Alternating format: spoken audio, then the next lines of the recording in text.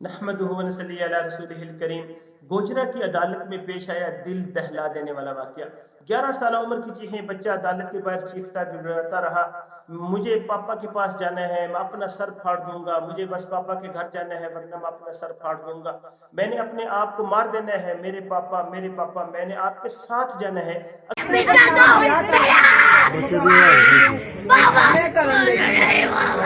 बाबा मैंने अपना दिल पाल लेना, बाबा मैंने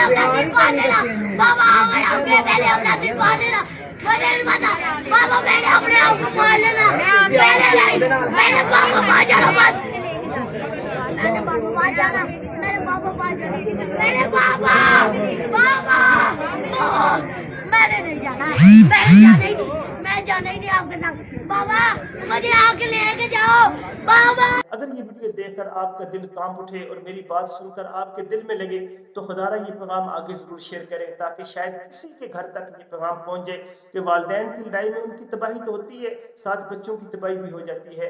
तो बात शुरू करने से पहले एक बात जरूर अर्ज करूंगा कि दीन इस्लाम ने हर मामले को करने से पहले इसको सीखना जरूरी करार दिया है। शादी से पहले भी इसके मसाइल सीखना बहुत जरूरी है। अब बात शुरू करते हैं। अल्फाज नहीं, कैसे शुरू करें, कहाँ से शुरू करें। मियाँ बीवी में से गलती किसी एक की होती है और भुगतना बच्चों को पड़ती है। अपने बच्चों की खातिर मियाँ बीवी को एक दूसरे को बर्दाश्त करना चाहिए।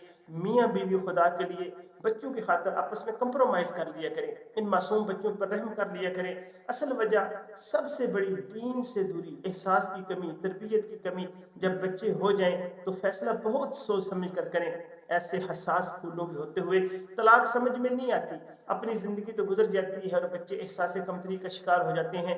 माँ बाप की कमी तो पूरी नहीं कर सकता। मियाँ बीवी औलाद की खातिर सब्र बर्दाश्त तहम्मुल कर लिया करें। अफसोस ऐसे मियाँ बीवी पर जो नन्ही जानों को भी सुकून न दे सके। तलाक के बाद जिस जहनी अजियत से मियाँ बीवी और बच्चे गुजरते हैं, इसकी कैफियत का इन्हीं को अंदाजा है। मियाँ हो या बीवी हो, वो तो जीत गए एक दूसरे के ना तोड़ने के चक्कर में। फूलों जैसे बच्चों को हमेशा के लिए शफकत और मोहब्बत से महरूम कर दिया। खुदारा बच्चों के होने के बाद चलो इनकी खातर अपनी ख्वाहिशात को, अपनी अना को बंदा पसे पुश डाल दे, सब्र बर्दाश्त और तहम्मुल से काम ले। खुदा के लिए ऐसे काम मत करें, दिल कांप जाता है, दिल खून के आंसू रोता है। ये तलाक का जो दर्द है बहुत बुरा है और ये दर्द औलाद को फिर बर्दाश्त करना पड़ता है। वालिदैन कुछ ख्याल करें। दुखी दिल के साथ मैं ये बातें कर रहा हूँ।